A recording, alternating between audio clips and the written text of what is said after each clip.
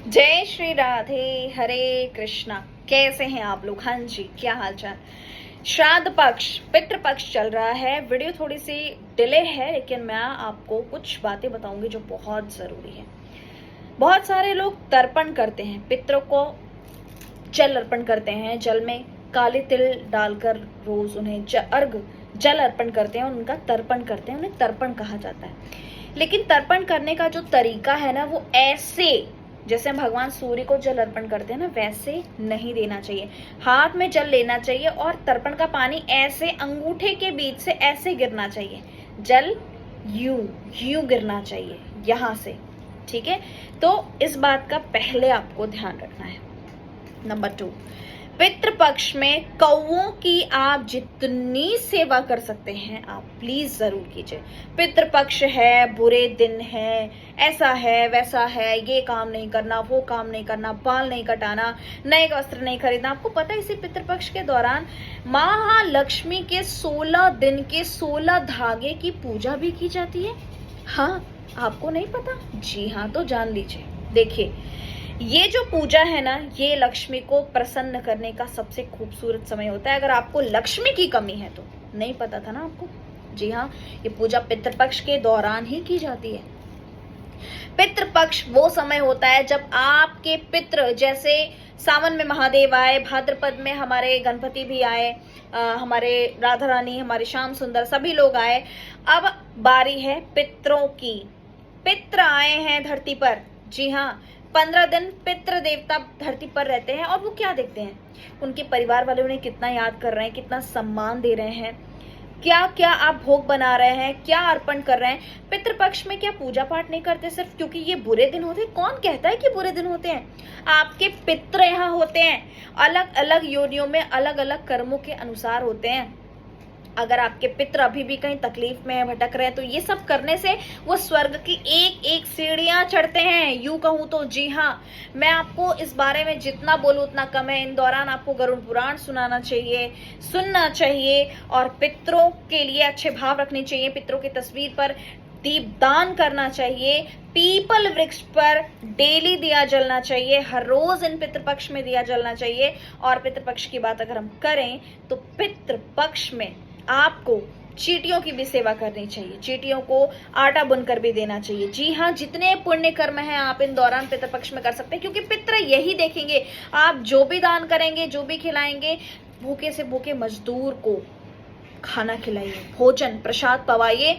और एक जरूरी बात, भगवान को अर्पण किया गया भोग अगर आप पितरों को, पितृपक्ष, ये बात सब नहीं बताएंगे आपसे, अगर वो ग्रहण करते हैं तो पितृ आपके मुक्त हो जाते हैं। बस इससे ज्यादा मुझे कुछ नहीं कहना।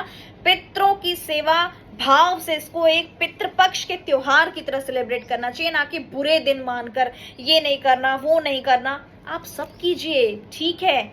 हम कहाँ जी रहे हैं? मैं वैसे शास्त्रों में कुछ चीजों की मनाही क्यों है, इसके पीछे लॉजिक भी बहुत बड़ा है, क्योंकि पहले क्या सिनेरियो था, क्या सिचुएशन थी, उसके अकॉर्डिंग है। आज हम 2024 में जी रहे हैं। ठीक है, आप अपनी जो आपको करना है, सजना नहीं चाहिए, संवरना नहीं चाहिए, क्यों नहीं, बिल्कुल करना चाहिए। आप गृहिणी है, स्त्री है, सब कुछ कीजिए, लेकिन साथ में पितरों का ध्यान कौन रखेगा? ये हमारी और आपकी जिम्मेदारी है। 15 दिन के लिए पितृ धरती पर आए हैं। आप सभी के पूर्वजों को, पितरों को, सभी के फोरफादर्स को मैं दंडवत करती हूँ, प्रणाम करती हूँ, कोटि कोटि दंडवत करती हूँ। जी हाँ, ऐसे ही आपको अपने पितरों को मनाना है, पॉजिटिव रहना है, उनके लिए तर्पण कीजिए, कुछ भी बनाइए, उनको अर्पण करके ही प्रसाद पाएं।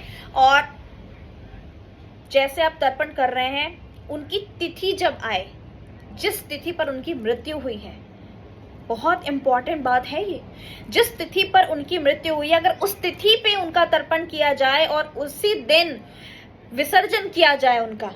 जी हाँ, वैसे तो जिसको तिथि नहीं पता उनके लिए बनाई ही गई है अमावस्या, पितृ विसर्जन। लेकिन आपको, अगर आप उनकी तिथि पर उनका सब कुछ करते हैं, दान पुण्य प्रसाद, जो भी आपके यहाँ जो भी नियम है वो आप करते हैं फॉलो, तो इससे खूबसूरत संयोग, इससे अच्छी बात और कुछ भी नहीं हो सकती। जी हाँ, अब पितृपक्ष की बात मैं करूं कि अगर आपके पितृ एकादशी पर गए हैं तो ये बात आपको कोई नहीं बताएगा।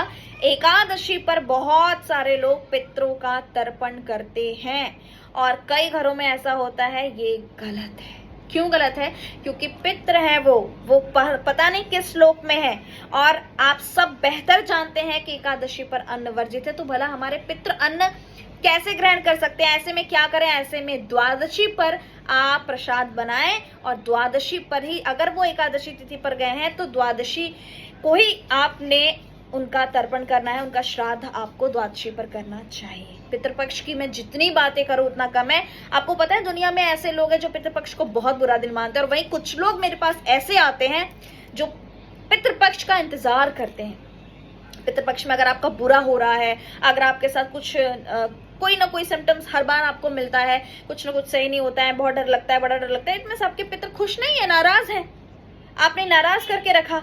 लेकिन कम से कम अब सही समय आ गया है, अब सुधर जाइए। पितरों को जितना पितरों के लिए आप कर सकते हैं वो कीजिए, दान पुण्य तर्पण श्राद्ध उनका अच्छे से कीजिए, और हर दिन अगर आप किसी ब्राह्मण को, किसी मजदूर को, किसी जरूरतमंद को प्रसाद पवा सकें, खाना खिला सके, तो ये बहुत अच्छी बात होगी। तो आपको पता हो गया कि श्राद्ध अगर एकादशी के दिन, एकादशी तिथि पर अगर किसी के भी पितृ या किसी के भी घर पे किसी के साथ ऐसा हुआ है तो वो द्वादशी पर ही श्राद्ध करेंगे। जी हाँ, इससे आपके पितृ को पुण्य पुण्य कंप्लीट फल मिलेगा, क्योंकि उनका भी एकादशी को वो स्वीकार ही नहीं करते। बिल्कुल इस बात को ध्यान में रखते हुए, जिनको तिथियां नहीं पता वो पितृ विसर्जन वाले दिन ही श्राद्ध करें, और ये बहुत खूबसूरत दिन है। पितृपक्ष ऐसा टाइम है ना, आपके घर से गरीबी, दोष, नजर, तकलीफें, हेल्थ इश्यूज, 90% लोगों के घर में हेल्थ इश्यूज इसलिए है, वो पितरों की वजह से, पितृ दोष की वजह से पीड़ित हैं। पितृपक्ष में पितृदोष के लिए पूजा चल रही है, आप कनेक्ट करके, आप संपर्क करके करवा सकते हैं, कर सकते हैं, लेकिन हमारे यहाँ कुछ नियम है। देखिए, सब कुछ श्री जी की शरणागति में होता है, अगर आप फॉलो कर पाए तभी आए।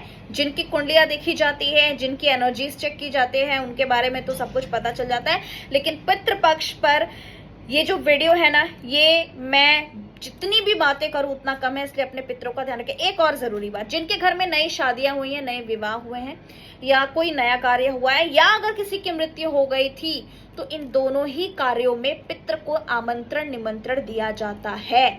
अगर घर में किसी की डेथ हुई है तब भी, और शादी हुई है तब पर भी।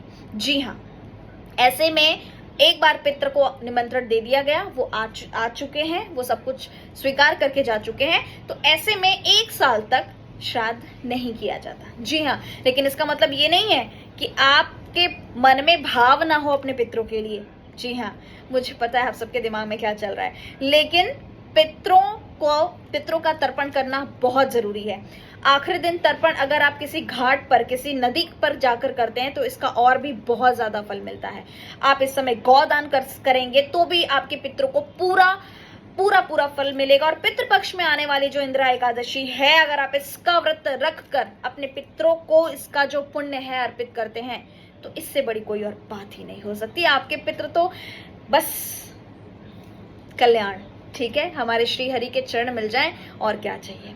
गया, जहां पे बिहार में जो स्थान है गया, जहां पे सभी के पितृ जाकर वहां पे स्थान दिया जाता है, और जाकर दया में बहुत बड़ा जो है उनका श्राद्ध, उनका जो विधान है, जो किया जाता है, वो इसी समय किया जाता है, और इस समय करने से बहुत ज्यादा फल मिलता है। और ये बहुत सारे लोग करते हैं, हमारे यहाँ तो गया जा चुके हैं, हमारे यहाँ सब कुछ पूजा हो चुकी है, हम इसको फॉलो नहीं करते। क्यों?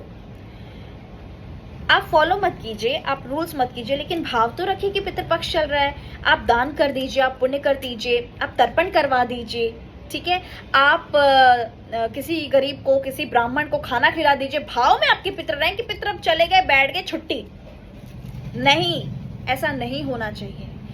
भाव पुण्य, क्योंकि हमारे श्री रामचंद्र ने भी महाराजा दशरथ का पिंडदान किया था, और हमारे श्री कृष्ण, हमारे लाल जी ने भी किया था। ये बात श्रीमद् भागवत महापुराण में लिखी हुई है। जी हाँ, तो ये जब हमारे प्रभु कर सकते हैं, क्या सीख रहे हैं हम उनसे?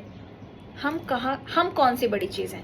सभी को करना चाहिए। फिलहाल दीजिए इजाजत, मिलती हूँ अगली वीडियो में। आने वाले हैं नवरात्रे, वैसे तो पितृपक्ष चल रहा है, श्राद्ध आज दूसरा तीसरा श्राद्ध है और पूर्णिमा से ही शुरू हो जाता है ये श्राद्ध।